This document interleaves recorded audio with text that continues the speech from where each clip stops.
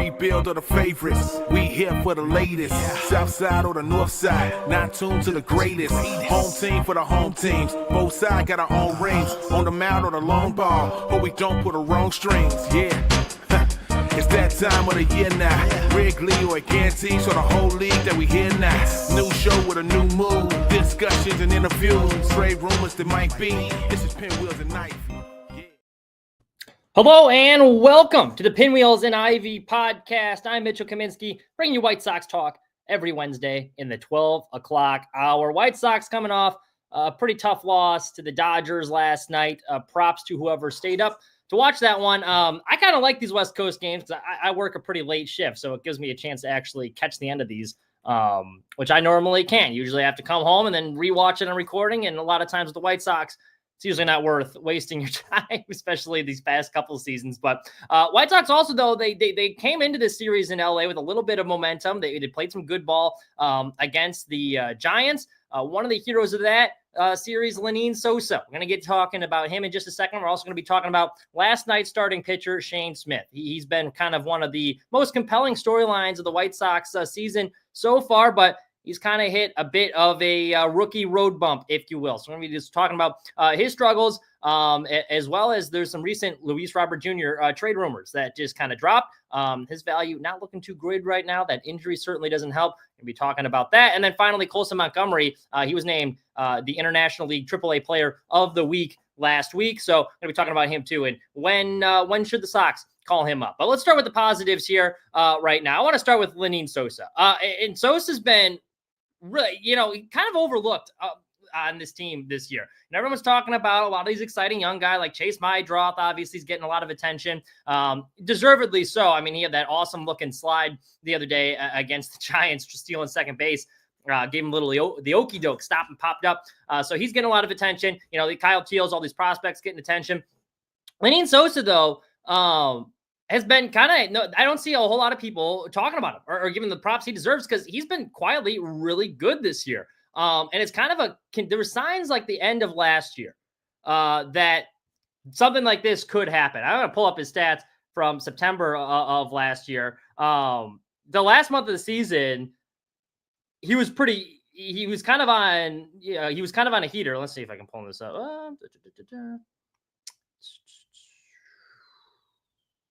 Okay, here we go. So last season, he had a 278 expecting batting average.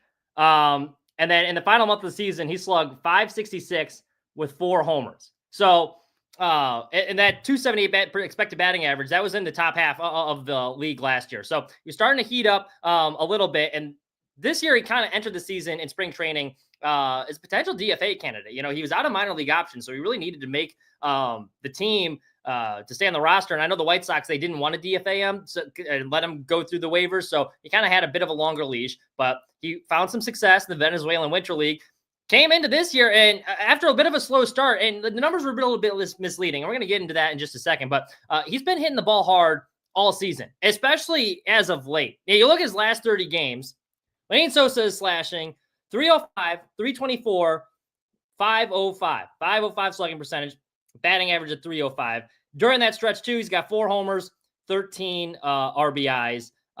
Does have 23 strikeouts, though, but pretty good. I mean, batting over 300 in his last 30 games. On the season, he's now raised his overall batting average to 278 and a respectable 710 OPS. Now, it's been kind of a curious case. So this is his numbers here per Baseball Savant. And there's a lot of red, a lot of blue. But again, Sosa this year, I took a look at the spray chart. He's been able to hit the ball all over the yard. He's driving into the opposite field when he has to. He's pulling the ball when he has to. So that's encouraging to see. Not only is he hitting the ball hard, he's hitting it to all parts of the field. But 280 expected batting average, 91.2 mile per hour average exit velocity. The sweet spot percentage has been particularly impressive.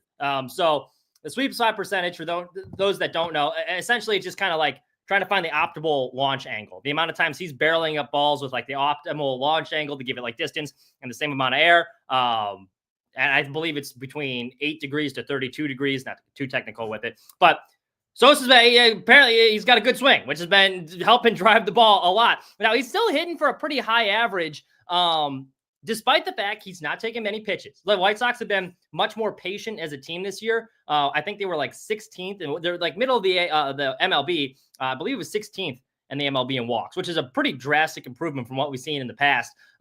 These guys are working counts and drawing a lot of walks. That hasn't really rubbed off, though, on Sosa. As you can see, he's chasing a whole lot of pitches. He's still striking out at a really high clip. He's certainly not walking, which was the case last year, yet he's still in the top 21% of all MLB hitters with his expected batting average. So he's been hitting the ball, really well this year, and he had a good series against the Giants.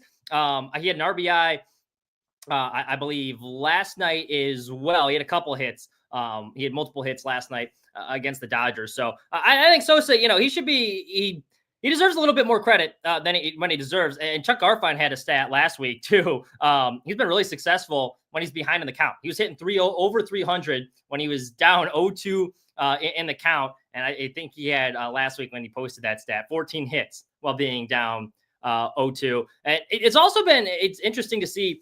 He's been pretty good against both lefties and righties this year. He has an OPS over 700, so it doesn't really matter who is throwing to him, which helps, give him a little bit more flexibility in that White Sox lineup. And it also helps that he can play multiple positions. Now, he doesn't play multiple positions well. I mean, you can take a look at the defense here, like the range, not looking great. Part of that is because I think they've been putting him at first base a little bit. He's not really all that comfortable at first base. I think he's more of a second, although even at second base, he's got eight errors this year, which leads all second basemen already. So finding a spot to plug him in is going to be the key to see if he sticks moving forward. But I think the fact that he is versatile, even if you do get like some of these guys to hit, Colson Montgomery comes up, he clicks, trying to find a spot for Sosa. Long term, that might not be a bad bench option coming off the bench as a guy that can play multiple positions and hit the way he is. But like, I almost think, he's been one of the better White Sox offensive players this year. Truthfully, he's right up there in hits with them, right up there with extra base hits. So he's been on an upward trajectory. He's making less than $1 million this year. He isn't arbitration eligible till 2027. And so he's not eligible for free agency till 2030. So White Sox here might have, I think their patience with Sosa might be paying off. I mean, he's only 25 years old too. But I really like the trajectory he's going. If he could take if he could take some more pitches, I think that would be helpful. His chase rate is still a bit high for my liking, but again, can't argue with the results. He's been hitting the ball really hard over his last 30 games. He's batting over 300. So it's nice to see him. And it has kind of been the case all season. He's been hitting the ball hard. He just kind of gotten a little bit unlucky as the season has gone along. Let's turn our attention now to Shane Smith. And Shane Smith, had a bit of a rough outing last night. He gave up 6 earned runs. He made it through 4 2/3 innings, and the tone was really kind of set in that first inning. He got 2 quick outs pretty efficiently, and then he walked 2 batters, and that kind of opened up the floodgates. And some of it was, he was talking the last time he struggled against the Cardinals. He wanted to work a little bit more on like location and like executing pitches. And so what we saw there, I thought he made a pretty good pitch to Teoscar Hernandez that ended up getting hit. He had a 97-mile-an-hour fastball inside portion of the plate, like right on the black. And Teoscar, he just put a good swing on it. It didn't even get like great contact. It was kind of one of those like ground balls up the middle, which is so frustrating for a pitcher, but it was just a good piece of hitting by Hernandez. So I can't even fault Shane Smith there because that looks like a pretty good pitch. Now, the next batter, he kind of threw a looping, like it was like an 82-mile-an-hour breaking ball, like right over the heart of the plate. That got tattooed, drives in 2 runs, and that's kind of how the floodgates open. So the 2 walks really hurt him. He entered that start with leading all rookies with the lowest ERA in the major leagues. His ERA now has gone up to, in 16 starts this year, to 3.86. He's thrown 79 1/3 innings this season, which he's inching ever closer to his career high right now. I'm going to pull up full numbers here. Let me pull up my notes. But so his career high professionally, because this is his first season as a major league starter, but he threw 74 2/3 innings last year with the Brewers. So he's already eclipsed his major league high as far as innings pitched go. And in his first 13 starts, he looked like a potential all-star. 2.37 ERA, it's 64 strikeouts. He never allowed any more than 3 earned runs during that outing. So now all of a sudden you kind of just see this like Linsanity run, if you will, kind of come to an end. His last couple starts have not been great. Got beat up pretty good by the Dodgers last night. The Cardinals smacked him around the other day. So now that, 2.37 ERA, you were looking 3 starts later, all of a sudden he's inching closer to a 4-something ERA, which honestly still a 3.86 ERA for a rookie, still pretty good. I think it's a product of, I'm not pushing the panic button yet. I think his stuff still plays really well. I mean, you can see the stuff is, off speed run value on his changeup per baseball is still one of the highest in baseball. But, I think you're going to hit this rookie wall. It happens. You're throwing all these innings. Never done that before. First full season as a starter. Teams are going to start getting more film. So it's time for him to adjust because teams are starting to adjust to him. Hadn't seen him really before. Now it's time for him to adjust. That's number one. Number two is it was very interesting to me too. And this has kind of been a theme throughout the season. Even early in the year when he was dominating, he doesn't really go deep into games that much. So recently he's given up 16 earned runs over his last 11 innings. And that's across like 3 starts. He got tagged for 5 runs against the Diamondbacks on June 23rd. And then, obviously the Cardinals, like I said, they beat him up pretty good too. But like he hasn't really gone. He struggled to make it through through the 6th inning. I think he's only made it like through the 6th twice this year. He's yet to pitch into the 7th. When he is in the 6th inning, because like after the 4th inning, his fastball velocity really starts to dip. And then he's got in 6th innings this year a 7.20 ERA and a 2.0 WHIP. So that's significantly higher than his splits through the first 5 innings of this year. So we've seen his kind of mechanics go awry a little bit as he gets deeper into games. The command starts to go with just a little bit of fatigue, especially once he starts missing high with that fastball. That's kind of a sign that I've seen a little bit that he's starting to get a little bit fatigued. So Chris Getz was talking about this, and he was saying that like they made it pretty clear that they're monitoring Shane Smith's like innings and pitch quality. And he said like a big reason that they went out and signed Adrian Hauser and Aaron Savali was intended to, one, give some of the White Sox young arms like Shane Smith a breather. As we mentioned, he's already eclipsed his professional career high in innings pitched. And 2, you kind of get like a little bit, you can kind of learn from these guys. It's pretty young pitching staff. I think the average age before they brought in those guys was just 27 years old. Smith's only 25. So you get some of these veterans in there. It kind of helps. You can learn a couple thing or two. Pick their brain. Now also too, the spread starts a little bit more spread out a bit. And they've made it pretty clear, like they're willing to get creative to protect these young arms. They lead the MLB as far as openers. We're going to have another opener today for Sean Burke, or tonight's game coming up against the Dodgers. And Chris Getz has also kind of floated around the idea of a 6-man rotation. So we'll see if that kind of helps. But I'm not too worried about Shane Smith. I think these struggles were bound to happen. I think we were bound to see a little bit of regression because just how dominant he looked early on. But like also, these last stretch of teams he's faced are pretty good. Now, the Cardinals' offense has been not great this year. They've been shut out 4 times in the last week. So we'll throw out that one. The Diamondbacks, that's a pretty damn good team. The Dodgers, another pretty damn good team. And he gave up a home run to Shohei Ohtani, like 30 other pitchers have this year too. So, I mean, what are you going to do? I mean, that's not exactly a good get-right game for Shane Smith. The weather's getting warmer too. Ball's traveling a little bit better. It was bound to happen a little bit. But I do think it's smart. I think the White Sox have the right idea. I think they're kind of do a similar plan with like Garrett Crochet at the back half of last year. Kind of really monitor those innings. I don't want to say baby him, but like almost to a point like, let's make sure that we can still preserve this guy. Because it's a real Rule 5 draft pick too that the White Sox hit on. So, maybe he's kind of hurt his all-star chances this year. I think that, chances of him making the All-Star team, probably not great after these last couple starts, but that's okay. It's still a victory either way. The White Sox found a guy with incredible stuff in the Rule 5 draft. They usually don't hit on those types of small signings. Same with Mike Vassell. So, we'll give them a little credit where credit's due. Yeah, the results have been that, but that's the MLB. Guys are going to adjust. It's time for Shane Smith to adjust right back.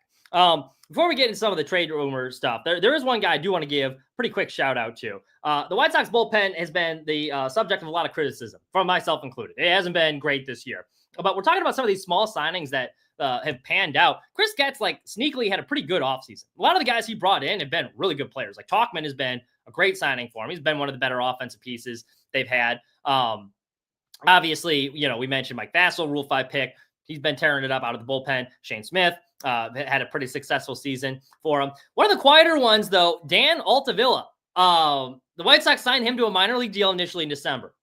Barely made a ripple. He had pretty big injury history. He had a UCL strain. He had Tommy John surgery. He missed the entire 2022 season. Last season, he missed a significant portion of the year on the 60-day IL with the Royals. So the White Sox actually, he didn't he started the year in AAA Charlotte. He was DFA'd in May, cleared waivers. White Sox call him up on May 30th. Since he's been called up with the White Sox, he's been pretty damn good.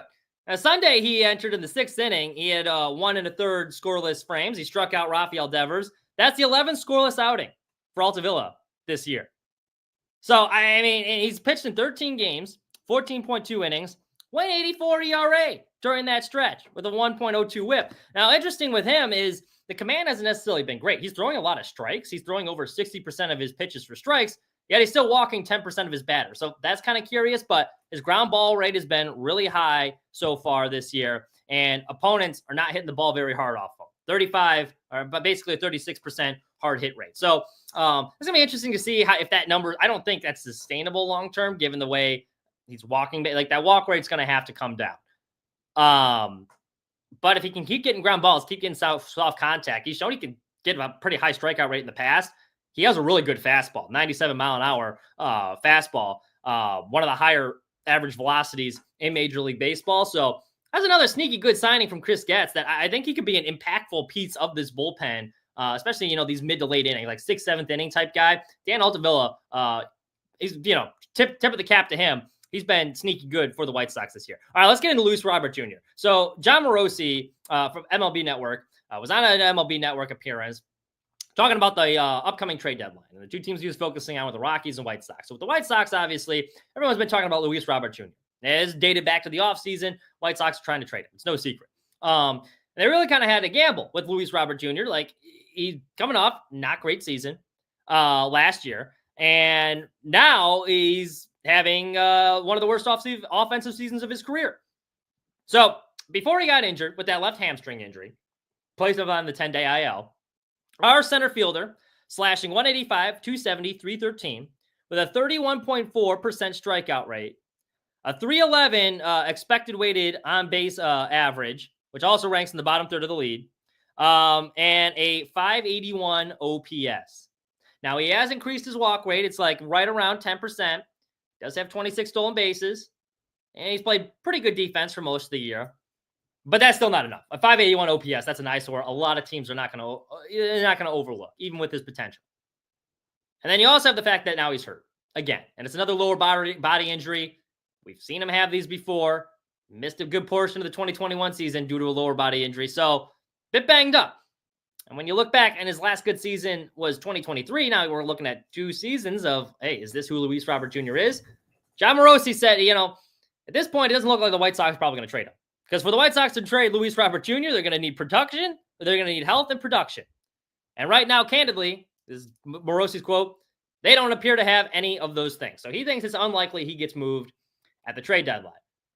I kind of tend to agree with them. I've been saying this for I think it would also be unwise to move Robert at the trade deadline. The Athletic said that the White Sox were willing to include cash in any potential Luis Robert trade. So that signal they're pretty desperate to try and find some sort of trading partner. They're willing. If the White Sox are willing to eat some of that cash, they're pretty desperate to get off this contract. But let's not just trade him for some like low-level prospect where you're throwing darts at the board. Because I do think Luis Robert Jr. does still provide some value defensively. And again, he's got 2 team options that you can pick up and roll the dice one more time. Do we have any better center field options coming up in the farm system that are going to be ready by next year? No, probably not. So would it really hurt to bring Luis Robert Jr. back? Now, I think they could do, and this is something, I don't think it's a foregone conclusion. They just pick up that $20 million option. You could even see, given how poorly he's played, something similar with what happened with Carlos Rodon. With the White Sox, hey, we're declining that option, and then we're going to re-sign you for a cheaper deal if he is willing to come back, or if any other teams don't want to take a flyer on him, which, they could happen, but so they would be taking a risk there. But They could even just decline that option, bring him back on a cheaper deal, try and sum at the deadline again. Though you're risking, once again, you better hope he boosts his value, and you're probably not getting much back because it's a 1-year rental. So it's kind of the White Sox are in a tough spot there. I don't blame Chris Getz for betting on Luis Robert Jr., thinking like, I think we can get him to boost his value. If he didn't think he had the right offer this offseason, I know the Yankees were involved in some talks. Like, hey, I don't blame him for wanting to hold on to him. We think we can get more, especially if he gets off to a hot first half of the season. It just hasn't happened. But by the time he gets back, given his numbers, I don't think there's many teams willing to give up much for him. So I think the White Sox better off either, look your moods. You eat that $20 million. You gamble one more time. Maybe he heats up the second half of this year.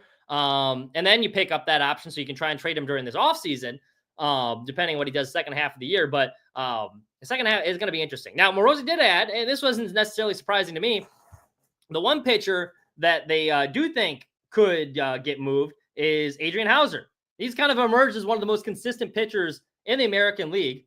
He's had 7 starts with the White Sox, 1.90 ERA, and 42.2 innings, 31 strikeouts, 14 walks.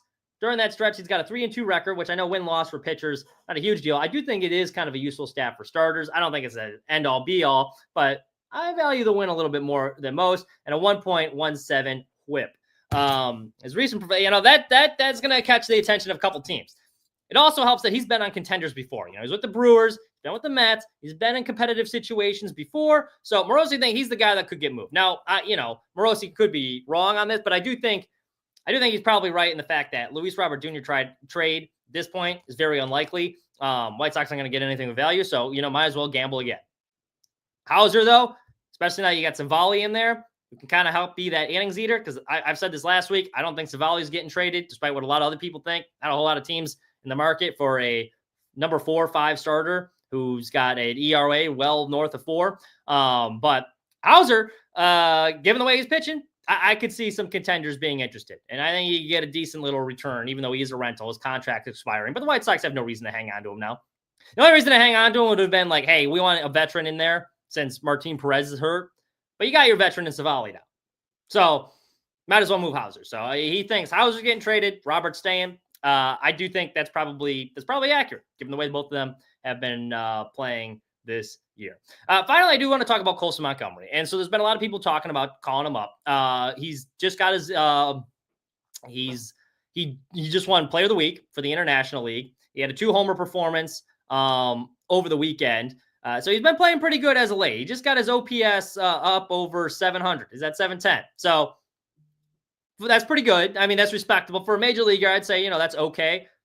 For a kid in AAA, it's supposed to be one of our top prospects. You'd like it to be a little bit higher. He is still only hitting 217 this year. Now, I'm fine with the low batting average if you're hitting for a ton of power. He's not really. I mean, he's got double-digit homers, which is nice. It hasn't been terrible. And then he's certainly made improvements since Ryan Fuller has gotten down there. But there's still a long way to go. I think he might have raised that up to 220, that batting average. So it is trending in the right direction. But his strikeout rate's still north of 30%. And in AAA, the better pitching you're going to be facing is in AA. So the fact he hasn't really fully clicked yet, it's still a bit concerning. And I see all these people like call him up, because you see all these Twitter clips. Like he has one good week, and everyone, Colson Montgomery's figured out. And I think since talking with Ryan Fuller, he certainly looked a lot better. And I'm not selling all my Colson Montgomery stock yet, but I do think it'd be stupid just to call him up. We had an article on Sports Mock where give it a read. I had to have a difference in opinion. Now, the argument there was like the White Sox should just call up Colson Montgomery, see what they got. And then if he doesn't look good, then, they can move on and like turn their attention elsewhere. I thought that was ridiculous. Personally, I disagree with that take. Because like one, you're bringing him up now, you're not going to help his development. If anything, you're just going to hurt his confidence. I don't think he's ready yet. He doesn't look ready. While he has looked better, you're hitting 220 in AAA. He's not ready for major league pitching yet. He's not like blowing people off the page. There's nothing wrong with keeping him. He's still only 25. What is he, 25 now? He's still young. Still got time. There's no need to press I think he's 20. I think he's only 23. So yeah, there's not, you don't need to press the panic button on you. He's still a pretty young kid. The fact that he is making improvements is encouraging. Let him keep building upon those improvements. Get some confidence. And the time you call him up, September, let him get a taste of major league action at the end of the season. Then you know what he needs to work on heading into the offseason. But just give him some extended time in AAA. Calling him up, well, it's not going to do what anyone. It's not going to help. You got Rojas, who's holding down the fort just fine as a veteran. I know he hasn't been great, but so you brought him in. He's a placeholder. Let him placehold. Don't rush up Colson. I don't think Colson Montgomery should be called up right now. I don't. Call him up in September. Let him get a taste of MLB action, and then you can, then he knows what he needs to work on, and then we can go from there. But I've seen too many times that, these guys get rushed up too early, and it's not doing anyone any good. Maybe you call him up for a cup of coffee, and then you bring him back down. But I don't think there's a need to rush him, because his overall numbers, yes, while the Twitter videos are nice and, all these social media clips of him hitting bombs are great, still a long season. There's a few weeks in between those where it doesn't look nearly as good. The strikeout rate is still way too high. I think he had 167 strikeouts last year. This is off it was something absurd last year. He's still striking out over 30% of the time this year. That's got to come down, because that's only going to get worse once he goes against, MLB caliber pitchers. Just my 2 cents. That's all we got for you. Thank you all so much for listening. We'll be back next Wednesday, next weekend too. It'll be, I'm looking forward to it. It's going to be finally back up in Chicago. So get to watch a little White Sox baseball for Mark Burley Day. So that will be nice. If you're at the game, come say hello. Otherwise, we will see you next Wednesday at the 12 o'clock hour.